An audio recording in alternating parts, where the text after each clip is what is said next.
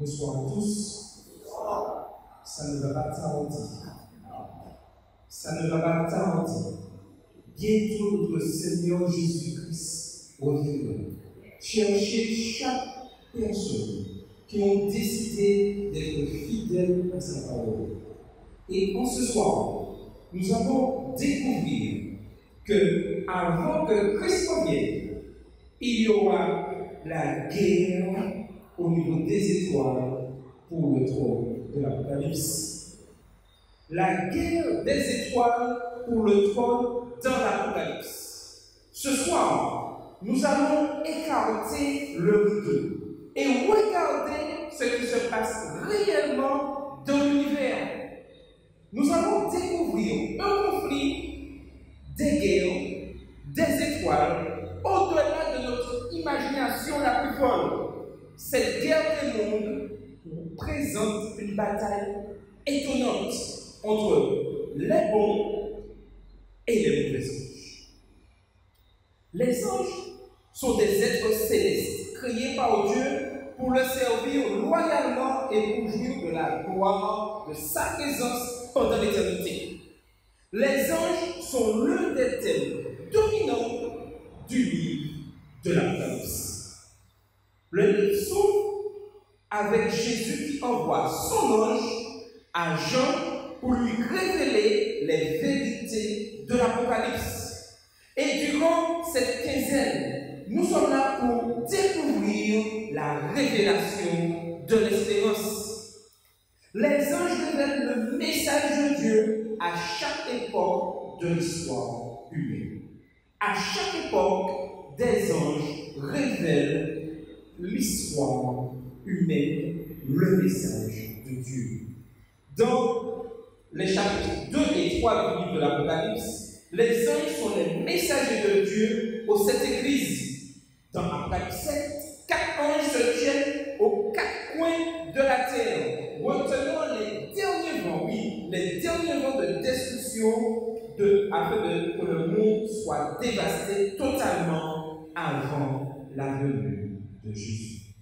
Et nous découvrons ces choses au fur et à mesure durant cette quinzaine. Et au chapitre 10 de l'Apocalypse, il est décrit un ange puissant, criant d'une voix forte pour avertir tous les habitants de la terre. Et c'est ce que nous faisons. Nous sommes là pour avertir les habitants de la terre. Et dans l'Apocalypse 14, au verset 6, on nous parle de 3 anges. 3 anges sont décrits comme apportant le message urgent de Dieu à toute nation, à toute tribu, à toute langue et à tout peuple pour les préparer à la venue de Jésus. Et c'est ce que nous avons vu le dire, que l'Église adventiste du 7e jour est placée là pour annoncer le message des 3 anges. Un ange déverse dans Apocalypse 16, déverse les 7 coups.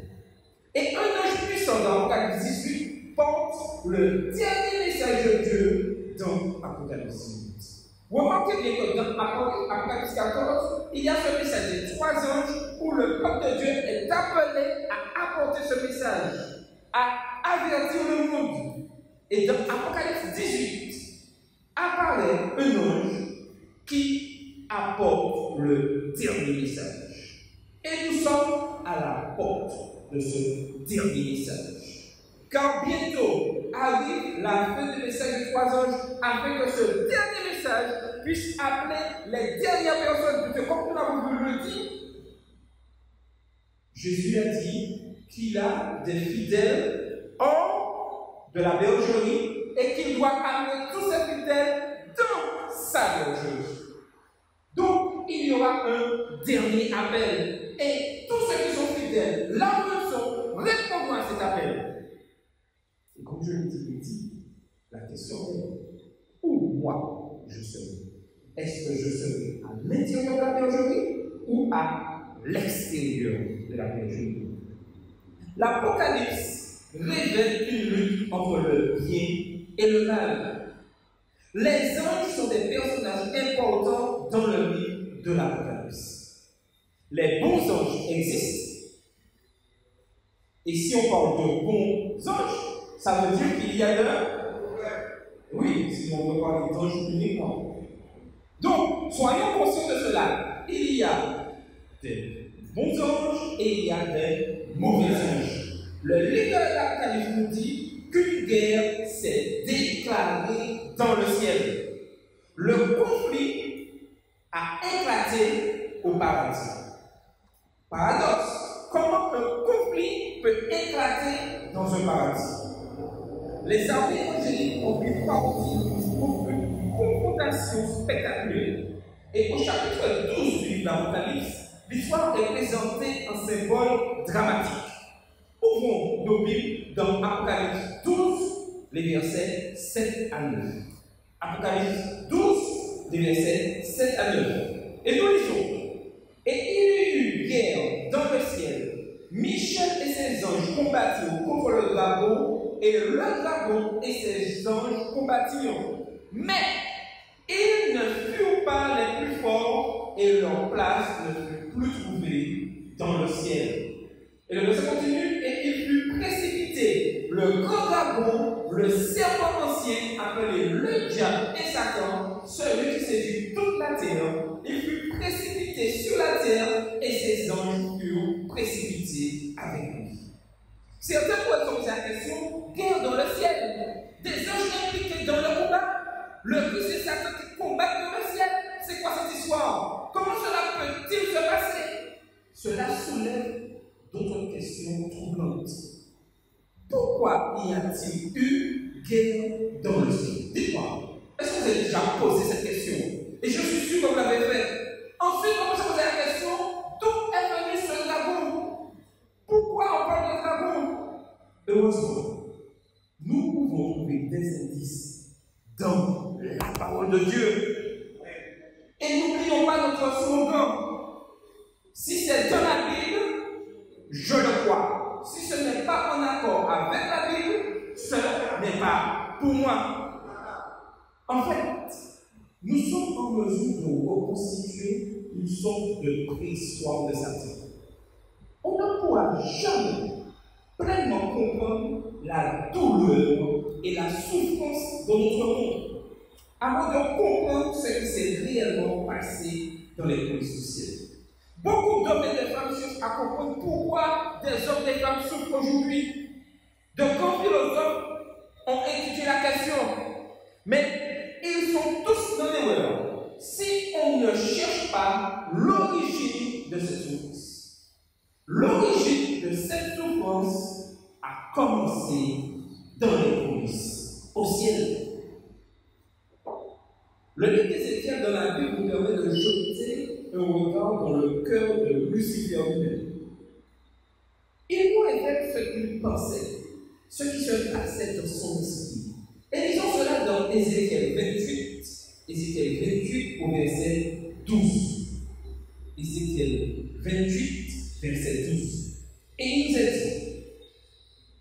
ainsi parle le Seigneur, l'Éternel. Tu étais le sceau à la perfection. Tu étais plein de sagesse, parfait en beauté. Cet ange avait une place spéciale près du trône de Dieu. Il mettait le sceau à la perfection, était plein de sagesse, parfait en beauté. Et les versets 14 et 15 continuent. Tu étais le chérubin protecteur, aux ailes déployées. Je t'avais placé. Et tu étais sous la sainte montagne de Dieu. Tu marchais au milieu des pierres étincelantes. Tu étais intègre dans tes voies. Depuis le jour où tu fus créé, jusqu'à celui où l'iniquité a été trouvée chez toi. À aucun moment, Dieu n'a créé un démon. À aucun moment, Dieu n'a créé un démon. Il n'a pas créé le diable. Selon la Bible, il a créé un être parfait, angélique, parfait. L'image de Lucifer marchant au milieu des pierres étincelantes suggère quelqu'un qui existait au milieu de la gloire de Dieu, tout près de l'éclat saint. Mais quelque chose malheureusement est arrivé. Lisons donc Ézéchiel 28 au verset 17. Ézéchiel 18 et 28, verset 17. Ton cœur s'est élevé à cause de ta beauté. Tu as corrompu ta sagesse par ton cœur. Cet ange s'est centré sur sa propre splendeur, hypnotisé par sa propre beauté. Et son orgueil l'a conduit au péché. Comment cela pouvait-il arriver dans un univers parfait? Il n'y a qu'une seule manière. L'amour ne peut jamais être forcé ou contraint. Est-ce que vous savez cela? Il doit venir volontairement du cœur. Vous ne pouvez à aucun moment obliger quelqu'un à vous aimer. Si vous avez l'occasion d'aimer, vous avez la possibilité d'être vraiment heureux. Personne ici ne peut dire qu'il n'a jamais aimé. C'est un sentiment que Dieu a mis dans toutes ses créatures. Parce que Dieu voulait le bonheur ultime de toutes ses créatures. Il leur a donné le pouvoir de choisir. Il voulait que toute sa création l'aime volontairement. Dieu aurait pu nous forcer à l'aimer. Dieu a donné le pouvoir de choisir à nous. Et Dieu nous donne à nous aussi le pouvoir de choisir. Il avait la liberté, Satan, et le droit de choisir d'aimer Dieu. Tout comme nous aujourd'hui, cela signifiait qu'il de choisir de ne pas aimer. Dieu ne voulait pas de robots. Il ne voulait pas de marionnettes. Dieu voulait des êtres réels, oui, pensants, des êtres intelligents qui pouvaient aimer et éprouver de la joie. Cela ne pouvait se produire sans le pouvoir de choisir. Cela ne pouvait se produire sans le libre arbitre. Isaïe le prophète nous montre comment Lucifer a lui-même choisi de se rebeller contre Dieu et de changer pour devenir un ange déchu. Et nous lisons cela dans Ésaïe 14, les versets 12 à 14. Ésaïe 14, les versets 12 à 14. Et il dit, te voilà tombé du ciel, astre brillant, fils de l'aurore. Tu disais en ton cœur, je monterai au ciel, j'élèverai mon trône au-dessus des étoiles, je m'assiedrai sur la montagne de l'assemblée à l'extrémité du septentrion. Je monterai sur le sommet des nues, je serai semblable au Très-Haut. Avez-vous remarqué que toute la pensée de Lucifer sont centrées sur lui-même? Lucifer désirait trois choses: une position supérieure, un trône, le règne et la domination. C'est ainsi que tout a commencé. C'est ainsi qu'a commencé la chute tragique de cet ange. Une chute dans laquelle il a entraîné beaucoup d'autres anges avec lui. Il n'a pas fait ça tout seul. Il lui fallait de la compagnie. Et malheureusement, beaucoup d'anges l'ont suivi. Remarquez bien que lorsque le cœur de l'homme est centré sur lui-même, il s'éloigne de la parole de Dieu, mais surtout est de la compagnie avec lui. Tout ceci est à l'opposé de ce que Dieu est. Car dans 1 Jean 4, verset 8, il nous est dit quelque chose de très important. 1 Jean 4, verset 8, il nous est dit que Dieu est amour. L'amour est le fondement, oui, le fondement du gouvernement de Dieu, pas la force. Dieu n'utilise à aucun moment la force. Et si quelqu'un vous force à accepter la parole de Dieu, refusez d'écouter cette personne. Si nous acceptez la parole de Dieu, c'est le Saint-Esprit, l'amour de Dieu qui vous pousse à observer les 10 commandements. Mais personne ne peut forcer à observer les 10 commandements.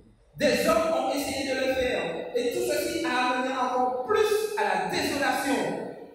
La force, c'est l'arme que Satan utilise. Vous ne réussirez jamais à contraindre l'amour. Lucifer, il était entouré d'amour, mais il s'en est détruit. Finalement, se détournant de plus en plus de Dieu, Lucifer commença à le considérer comme un rival. Son esprit tortueux commença à se présenter Dieu comme l'ennemi. La Bible décrit le résultat de cette opération au niveau du cerveau de Lucifer. Et il nous est dit dans Ézéchiel 28, verset 6, tu prends ta volonté pour la volonté de Dieu. Et beaucoup de problèmes dans l'histoire du monde de cette terre sont arrivés parce que des hommes ont pris leur volonté pour la volonté de Dieu. Malheureusement, des hommes et des femmes ont été contraints à, je dirais, observer la parole de Dieu, observer les instructions religieuses. Mais Dieu à aucun moment ne force personne. Et nous-mêmes, nous devons faire attention dans notre zèle de répondre l'évangile à vouloir forcer les personnes à accepter ce que nous avons reçu. Car c'est le Saint-Esprit seul qui convainc. C'est l'amour de Dieu seul qui convainc. Mais notre témoignage est une puissance pour amener d'autres personnes à Christ. Lucifer commença à penser, pourquoi Dieu aurait-il toute la puissance et l'autorité? Pourquoi Dieu lui ment? Il me fait, pourquoi il partagerait avec moi ce pouvoir qu'il a? Il s'imagina être un Dieu aussi qualifié que Dieu pour diriger l'univers. Satan a assisté à toute la création. Il a vu comment Dieu avait créé cette terre. Il avait même participé avec Dieu. Mais il voulait plus. Essayez d'imaginer le genre de bouleversement que cela a causé dans le ciel. Imaginez un lieu, oui, un lieu où la jalousie, la calomnie et la malice n'existent pas, n'ont jamais existé. Il n'est jamais venu à l'esprit de quiconque de remettre en question la sagesse et l'amour de Dieu. Ce lieu parfait, soudain, ce lieu Lucifer, oui, ce chien si proche du trône de Dieu, commence à faire des remarques subtiles, sans dévier ouvertement Dieu, mais remettant en question sa manière d'agir. Oui, pourquoi Dieu, c'est lui seul qui a créé? Pourquoi Dieu a placé les 10 commandements et n'a pas demandé son avis, mon avis, sur la qualité, l'écriture, la manière dont il écrit les 10 commandements? Bien que ce soit parfait, mais il aurait pu quand même me demander est-ce qu'il fallait placer une virgule là et un point virgule de l'autre côté. Des fois, nous-mêmes, nous agissons comme Lucifer. Nous voulons que la volonté de Dieu s'appelle à nous. Lucifer remet en question l'idée que Dieu est à recevoir toute la gloire. Pourquoi tous les anges doivent se prosterner devant Dieu? Pourquoi tout être créé devrait-il obéir à Dieu? Il suggère qu'il existe peut-être une alternative. Il n'y a pas que Dieu. Et il pense qu'il existe une meilleure façon de gérer l'univers. Astucieusement et avec grand soin, il répand ce mensonge parmi les anges, en prétendant que Dieu est partial et injuste dans son administration du gouvernement divin. Et Satan arrive à faire tout cela parce qu'il est placé à côté de Dieu. Dieu lui fait confiance. Mais dans son cœur, il a déjà prévu un autre plan. Et du fait de sa position, il arrive à discuter et à faire passer ce faux message parmi les anges. Comment Dieu affronte-t-il le défi de Lucifer? Voilà une situation inédite pour les anges. Beaucoup auraient peut-être souhaité que Dieu ait simplement détruit Lucifer. Et beaucoup d'hommes, aujourd'hui, en pensent la même chose. Si Dieu avait détruit Lucifer, nous ne serons pas assis là en train d'écouter ces messages d'avertissement et nous disant que Jésus revient bientôt. Nous ne serons pas péchés. Mais dire cela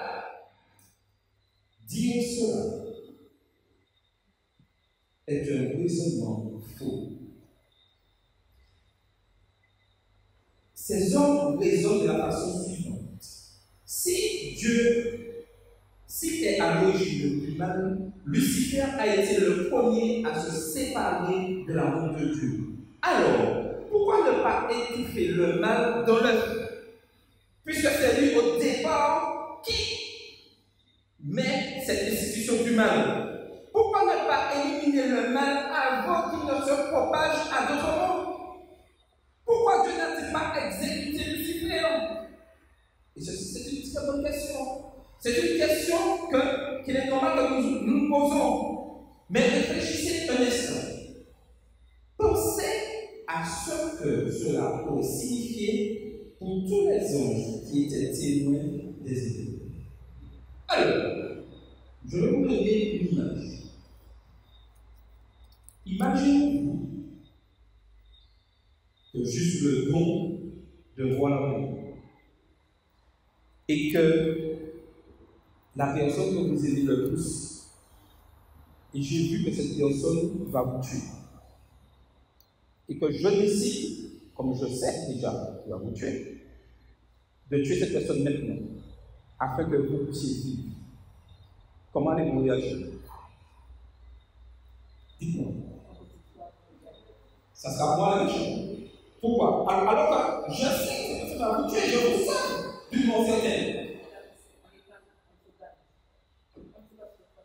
Oui, même si je vous le dis, vous ne savez pas ce que je sais.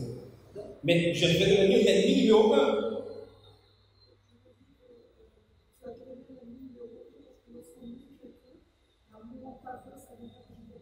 Tout à fait. L'amour aveugle, c'est. Et je vais devenir l'ennemi numéro 1, même si je sais que dans 2 jours, cette personne va vous tuer. Mais à aucun moment, vous allez me croire. Si quelqu'un répand des mensonges sous le rôle de président d'un pays, puis que le menteur est exécuté, cela prouverait-il que les mensonges étaient faux? Les gens ne se demanderaient-ils pas toujours si les mensonges n'étaient pas probablement vrais? Vous voyez, dans les 2 paradoxes, notre nature humaine vraiment est compliquée. Vraiment compliquée, tortueuse. La réputation et la crédibilité de Dieu étaient en jeu lorsque Satan a lancé son orgueilleux défi. Dieu aurait détruit Satan. Les Jésus auraient dit, mais pourquoi il fait ça? Il ne détruit pas Satan, pourquoi il ne le détruit pas? La question posée était, Dieu est-il vraiment juste? Sa direction est-elle vraiment la meilleure? Détruire l'opposition n'aurait pas répondu à ce défi. Au lieu de cela, Dieu a choisi une voie plus sage. Il permettrait au péché d'exister dans l'univers, mais pour une période de temps déterminée. Et c'est là déjà la bonne nouvelle. Le péché ne durera pas éternellement. Le péché va disparaître. Cela démontrerait pleinement que la rébellion contre Dieu n'apporte pas le bonheur, mais le désastre.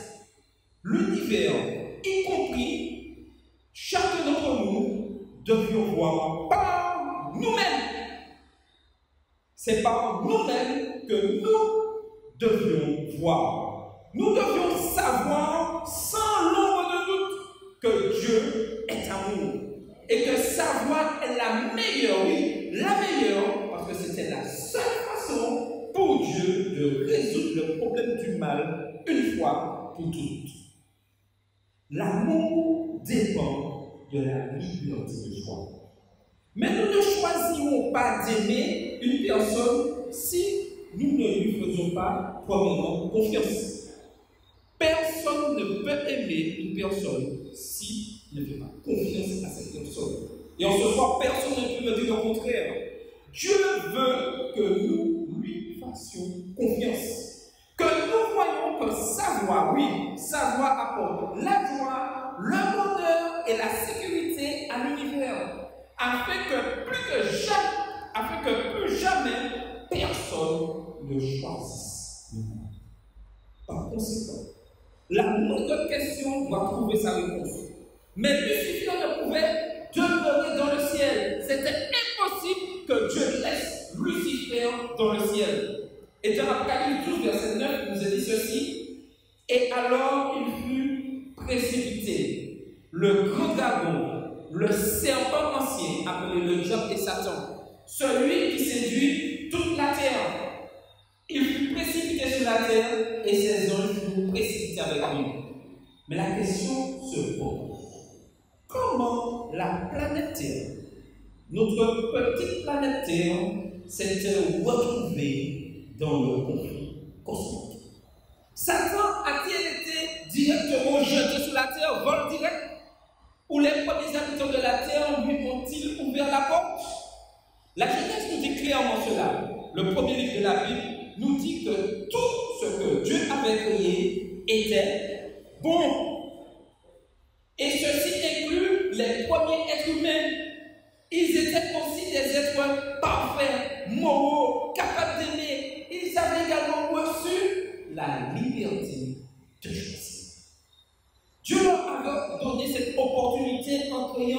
arbres, l'arbre de la vie et l'arbre de la connaissance du bien et du mal. Je précise bien, l'arbre de la vie et l'arbre de la connaissance du bien et du mal. En choisissant de manger de l'arbre de la vie, ils montreraient leur royauté en vérité. Mais Dieu, oui, Dieu leur interdit de manger de l'arbre de la connaissance du bien et du mal. En désobéissant et en mangeant cet arbre, ils choisiraient dans son conflit d'être contre Dieu et du côté de Satan. Quand Ève et Eva jusqu'à l'arbre interdit, Satan déguisé en serpent eut l'occasion de répandre ses mensonges. Dieu avait dit que s'il mangeait de l'arbre, il mourrait. Retenez bien, Dieu avait dit quoi? S'il mangeait de l'arbre, il mourrait. Et dans Genèse 3, versets 4 à 5, qu'est-ce que Satan dit? Vous ne mourrez plus. Est-ce que c'est ce que Dieu avait dit? Et Satan dit, vous ne mourrez point. Mais Dieu sait, puisque Satan était avec Dieu. Mais Dieu sait, le jour où vous en mangerez, vos yeux s'ouvriront et que vous serez comme de Dieu, connaissant le bien et le mal. Juste quelque chose pour vous. Satan, dans la deuxième partie, est-ce qu'il a menti? Non. Dites-moi. Est-ce que Satan a menti? Non. Satan disait en substance, vous aurez plus de bonheur si vous me suivez, Dieu limite votre liberté. C'est ce que Dieu a dit. Mais Satan, dans un langage rempli, je dirais, de mensonges, fait comprendre que oui, mais Dieu, est-ce qu'il ne vous dit pas? Est-ce que le fait, il nous dit de cet arbre, c'est la connaissance du bien et du mal, et il nous dit de ne pas le manger, mais le manger va vous permettre de connaître le bien ou le mal. Tragiquement, elle et son mari Adam acceptèrent ce mensonge. Aujourd'hui, nous voyons tout autour de nous les conséquences de ce choix. Certains pourraient dire que si c'était à la place de Ève et même de Adam, ceci ne serait pas arrivé. Des femmes, j'ai entendu dire que si c'était moi Ève, jamais j'aurais. Des hommes disent, si c'était moi Adam, j'aurais refusé ce que Ève me fait. Donc imaginez le scénario, mais si Adam avait refusé, qu'est-ce que Dieu aurait fait? Tout ça, c'est les difficile de nous détourner de Dieu. La chose est que Adam et Ève ont mangé du fruit et nous sommes là aujourd'hui. Point. Vous pouvez faire tous les scénarios, remonter toute l'histoire. C'est ce qui a été fait et voici notre situation. Maintenant, nous devons nous adapter à notre situation. La tentative de Satan n'a vraiment rien à voir avec ce que le serpent avait annoncé en Éden. Nous vivons sur une planète en rébellion. Une planète au compte de la déchéance et de la mort. Et ce soir, je vous le dis, quand vous regardez les actualités, vous voyez bien que notre planète est au compte de la déchéance et de la mort. Après qu'Adam et Ève eurent mangé de l'arbre interdit, ils furent assaillis de culpabilité et d'anxiété. Quand Dieu venait les chercher dans le jardin, ils se cachèrent loin de sa face. Et depuis, nous n'avons cessé de fuir et de nous cacher. Le péché produit l'aliénation entre nous et Dieu. Il produit le conflit et l'aliénation entre les gens. Les graines de la première guerre, oui, ont été plantées dans le cœur de nos premiers parents quand ils ont péché. La raison des mauvais traitements dans les foyers et de tant d'animosité dans ce monde, c'est que le péché a infecté le cœur humain. Et vous pouvez raconter tout ce que vous voulez, inventer toutes les histoires. La base de tout conflit vient du fait que nous avons tous péché. Quand les êtres humains s'éloignent de Dieu, ils s'éloignent également de leurs soldats. Le péché produit l'anxiété, la peur, la souffrance, la mort. Le péché, le fait de choisir la forme de gouvernement de Satan a produit la maladie, le chagrin et la mort qui nous environnent. ce soir, beaucoup se posent la question, qui est responsable? Jésus a raconté une parabole au sujet de l'homme bon, qui avait semé de la bonne semence dans son champ. Mais quelque temps plus tard, ses serviteurs sortirent et trouvèrent de mauvais herbes, poussant parmi les bonnes plantes. Quand ils ont demandé à l'homme bon ce qui s'était passé, il nous a dit dans Matthieu 13, verset 28, cette réponse. Matthieu 13, verset 28. Il leur répondit, c'est un ennemi qui a fait cela. Lorsque nous sommes perplexes et nous demandons pourquoi il y a les tragiques mauvaises herbes de la maladie, des chagrins, des atrocités, des blessures, nous trouvons une réponse dans ces mots. Dieu n'est pas responsable. C'est un ennemi qui a fait cela. Dieu a semé une bonne graine. Il n'a pas semé la maladie, il n'a pas semé la souffrance, il n'a pas semé la mort. Un ennemi de Dieu et de l'homme est venu avec la tromperie et des mensonges, semant des graines de destruction dans le bien que Dieu avait créé. La Bible identifie constamment cet ennemi comme étant Satan, Satan l'adversaire, Satan l'accusateur, Satan le diable. C'est lui qui s'est rebellé contre Dieu et qui a déchaîné tout le problème du péché. Dans les Écritures, le diable n'est pas un quelconque personnage d'un conte de fées, comme certains veulent le faire croire, qui se promène avec une fourche et nous connaissons toute cette image. C'est un être bien réel, qui provoque des tragédies bien réelles. Et c'est un trompeur très malin. Il a trompé, remarquez bien, il a trompé un tiers des anges a été chassé du ciel avec lui.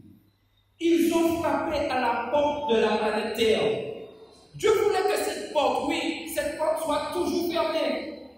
Lorsque Satan a frappé, elle a répondu. Elle a ouvert la porte. Satan dit à elle, mais oui, Dieu est injuste. Dieu limite votre bonheur. Vous serez plus heureux si vous m'écoutez et goûtez au fruit défendu. Elle ouvrit cette porte et Adam suivit son exemple. En conséquence, la maladie et la souffrance, les chagrins et la mort entrèrent dans son monde. Voici l'origine de notre souffrance. Cette terre fut prise dans le feu croisé parce que le séducteur poussa nos premiers parents à se rebeller. Elle devait un monde en rébellion. Mais, vous dites, pourquoi Dieu ne fait-il pas quelque chose? Beaucoup d'hommes et de femmes disent cela aujourd'hui. Pourquoi Dieu ne fait-il pas quelque chose? Eh bien, juste là, dans le jardin d'Éden, Dieu fit à l'humanité rebelle des plus belles promesses, la plus merveilleuse promesse de toute l'écriture. Dieu promit qu'il restaurerait tout ce qui a été perdu à cause du péché. Lisons dans Genèse 3, verset 15, ce que Dieu dit à ce moment-là. Genèse 3, verset 15. Je mettrai inimitié entre toi et la femme, entre ta postérité et sa postérité. Celle-ci t'écrasera la tête et tu lui blesseras le talon. La postérité, c'est le Christ. Le Messie viendrait. Là, dans le jardin d'Éden, le Messie est promis, le Messie promis qu'il viendrait. Il donnerait à Satan un coup mortel. Il écraserait sa tête, celle de Satan. Mais dans l'action, il recevait une blessure au talon. En portant un coup fatal à Satan, Jésus recevait lui-même une terrible blessure sur le corps. Cependant, la blessure n'anéantirait pas le sauveur. Il ressusciterait victorieux comme notre Rédempteur, Sauveur, Seigneur et Roi qui revient triomphant. Comment Dieu répondrait-il au défi de Satan? Comment l'amour se distinguerait-il de l'égoïsme? Le Christ est venu. Il fut suspendu sur une croix. Des clous furent enfoncés dans ses mains. Suspendu là entre le ciel et terre.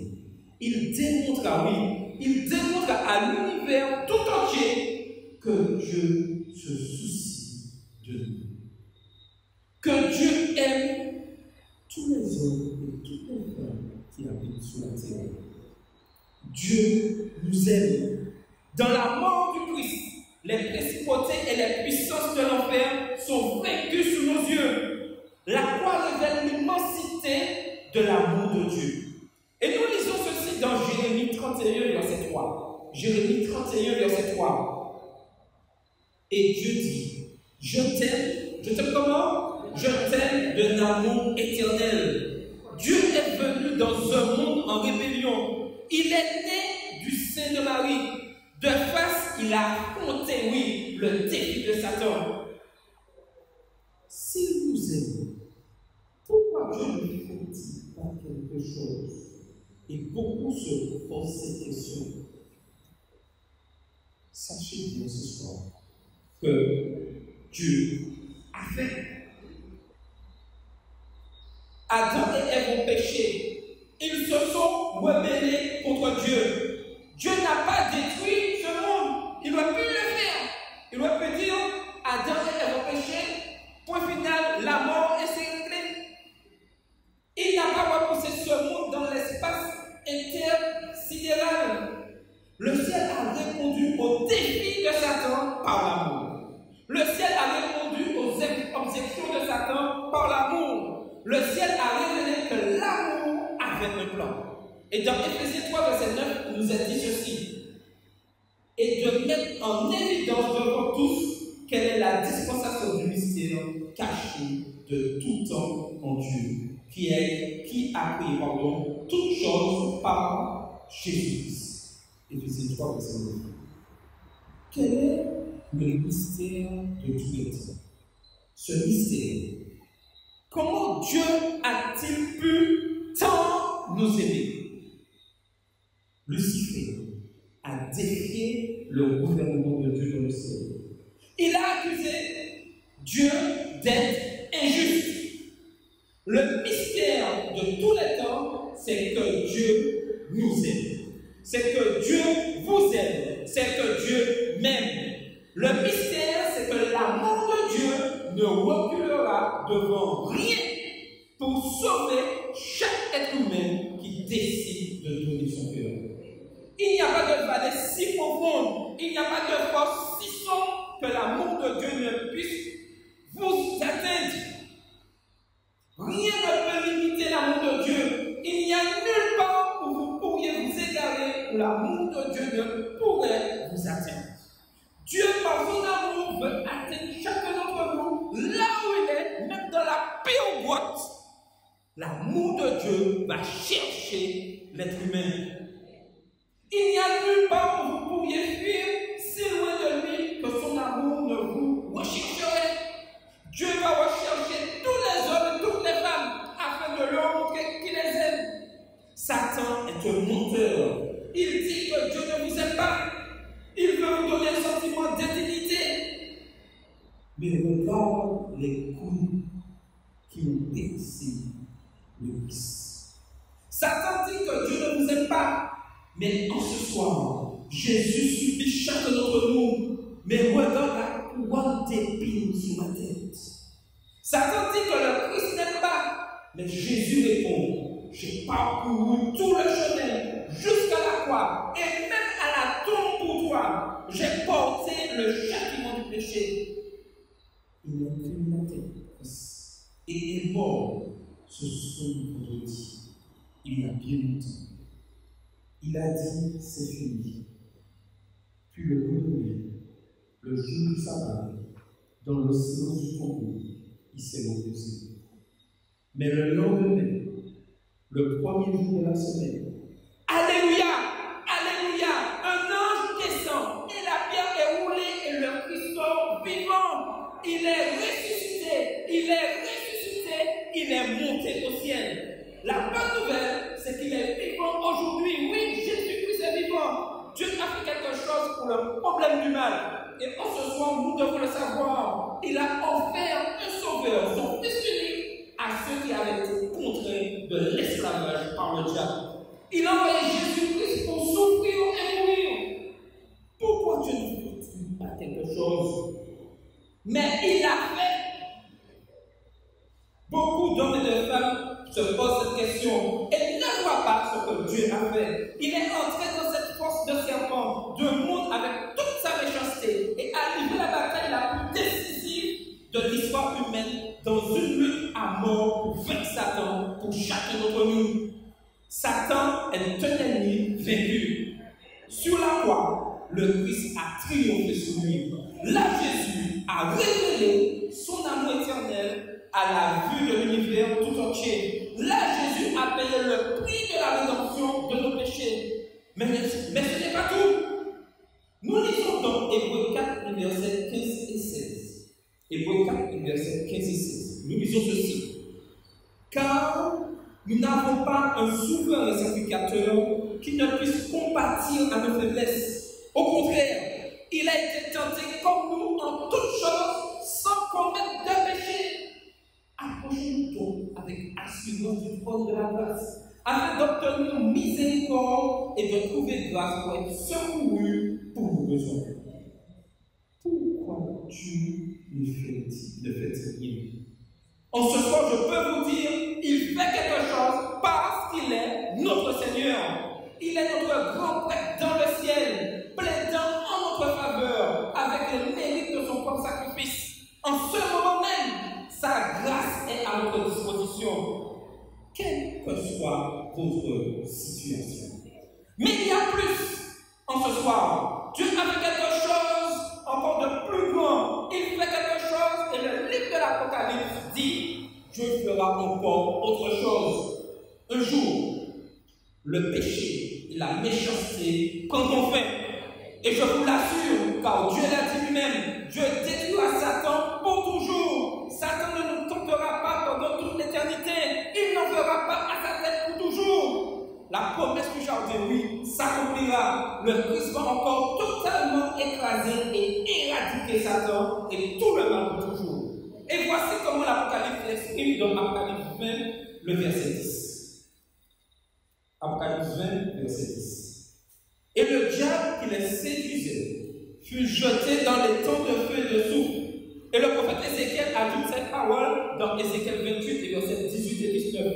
Je fais sortir du milieu de toi un feu qui te dévore. Je te réduis en cendres sur la terre aux yeux de tous ceux qui te regardent. Tous ceux qui te connaissent parmi les peuples sont dans la stupeur à cause de toi. Tu es réduit au néant. Tu ne seras plus à jamais. En ce soir, je voudrais vous dire, un jour, Satan sera consumé. Il sera réduit en cendres. Il aura disparu pour toujours. Un jour, l'univers sera purifié. Jésus et son peuple régneront triomphalement. La Bible, ce livre ancien qui a survécu à l'épreuve du temps, nous dit que le jour vient où seule la paix et l'amour demeureront. Le péché, la tristesse, la souffrance et le chagrin ne seront plus. Dieu est amour.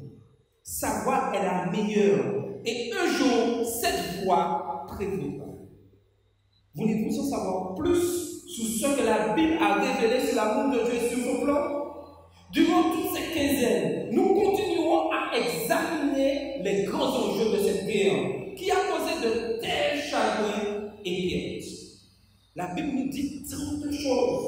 Nous apprendrons pourquoi Satan a une telle haine, oui, une telle haine envers Dieu et son peuple. Nous allons encore découvrir, en plus, sur la façon dont le plan pour sauver les humains a été mis en œuvre. Et comment vous et moi pouvons avoir l'assurance que son offre et comment nous pouvons obtenir la vie éternelle. Cette vie éternelle est bien réelle et elle est à notre portée. nous découvrirons plus en détail les prochains soirs le ministère du Christ dans le ciel. En ce moment même, comment notre grand prêtre effectue ce travail pour chacun des êtres humains. Nous étudierons ce que le Christ a révélé sur la manière dont il reviendra la seconde fois sur terre et ce qui se passera alors. Donc, faites des plans pour être là chaque fois et les 2 prochains sabbats. Nous verrons en détail ce qui concerne la mort de la bête et la prostitution de Babylone. Nous en apprendrons aussi bien plus sur la glorieuse demeure des rachetés. Saviez-vous que la Bible dit que Dieu déplacera la capitale de l'univers jusqu'à la terre? Faites des plans pour être là et vous allez en savoir beaucoup plus. Nous allons découvrir quand cela va se passer et comment ce sera. Durant les prochains jours, nous découvrirons une sublime description de Dieu, totalement en contraste avec l'horrible système sans valeur qu'offre le diable. Satan s'est rebellé dans le ciel et il poursuit la même stratégie, oui, la même stratégie aujourd'hui. Il nous conduit à nous rebeller, oui, à nous rebeller contre Dieu dans certains domaines de notre vie. Notre seule sécurité en ce soir est d'abandonner totalement, complètement nos vies au Christ vivant. Il n'est jamais trop tard ou trop tôt pour choisir la voie de Dieu. Nous pouvons à l'instant nous engager à rejoindre le côté du Christ dans cette guerre. Nous ne pouvons pas achever cette réunion en ce soir sans donner à l'occasion à chacun d'entre nous de prendre un engagement spécial envers Dieu. Dans la mesure où ce soir nous avons compris l'amour et la sagesse que Dieu a vis-à-vis de son monde, l'amour et la sagesse que Dieu utilise dans le traitement du problème de la rébellion dans l'univers, en ce soir, nous sommes appelés à choisir Dieu ou Satan. Chacun doit un choix. Personne ne sera forcé à faire ce choix. Mais chacun portera la conséquence de son choix. Dans le livre 8, il y a toujours la conséquence du choix que nous faisons. Et nous découvrirons dans les prochains jours quelles seront les conséquences si nous avons fait le bon choix et si nous avons fait le mauvais choix. En ce soir, s'il y a un besoin dans votre vie pour lequel vous avez besoin d'une prière spéciale, pendant que nous allons prier et que nous allons nous mettre à genoux, vous aurez juste à parler au Seigneur et lui dire simplement: Seigneur, tu sais tout, tu connais tout, tu sais tout. Mettons-nous à genoux et je vous dis.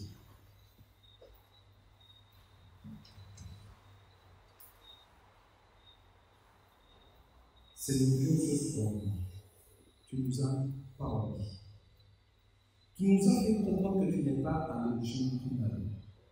Tu nous as montré qui est cet ennemi. Satan, Lucifer, le diable. En ce soir, nous voulons remettre nos vies entre tes mains. Tu connais le cœur de chacun d'entre nous individuellement. Tu sais le combat que nous vivons, Seigneur. Mais nous savons que tu as envoyé ton Fils Jésus-Christ afin que son sang soit versé, innocent, afin que nous soyons sauvés. Permets que par ton Saint-Esprit, en ce soir, que chacun puisse prendre la décision de pouvoir te suivre, de faire ce choix. Tu parles encore au cœur des êtres vivants. Nous ne savons si nous vivons encore demain. Tu nous lances cet appel en ce soir. Mon enfant, je t'aime. Mon enfant, je suis le Dieu d'amour. Réponds. En ce soir, tu vois l'engagement de chacun d'entre nous. Permets que cet engagement soit sincère, fidèle, et que chacun puisse continuer à persévérer, à tenir bon, car durant cette quinzaine, tu nous révèles la révélation de l'Esprit du Seigneur. Que nous puissions comprendre cela, et que nous puissions faire des plans afin d'être là chaque soir et les 2 prochains samedis, afin de découvrir que tu es un Dieu, encore plus que tu es un Dieu d'amour, et que tu n'as pas laissé ton peuple de l'Église. Nous te remercions de tout ce que tu fais pour nous, et que ton nom soit loué ce soir. Amen. Vendredi soir, parce que demain soir, on n'a pas de réunion. Je vous rappelle seulement, demain soir, pas de réunion. Nous nous retrouvons vendredi soir, et le titre de notre rencontre, l'artisan de paix de l'Apocalypse. Alors que beaucoup d'hommes parlent de paix sur la terre, nous allons découvrir vendredi le véritable artisan de paix de l'Apocalypse. Amen. Que le Seigneur vous bénisse.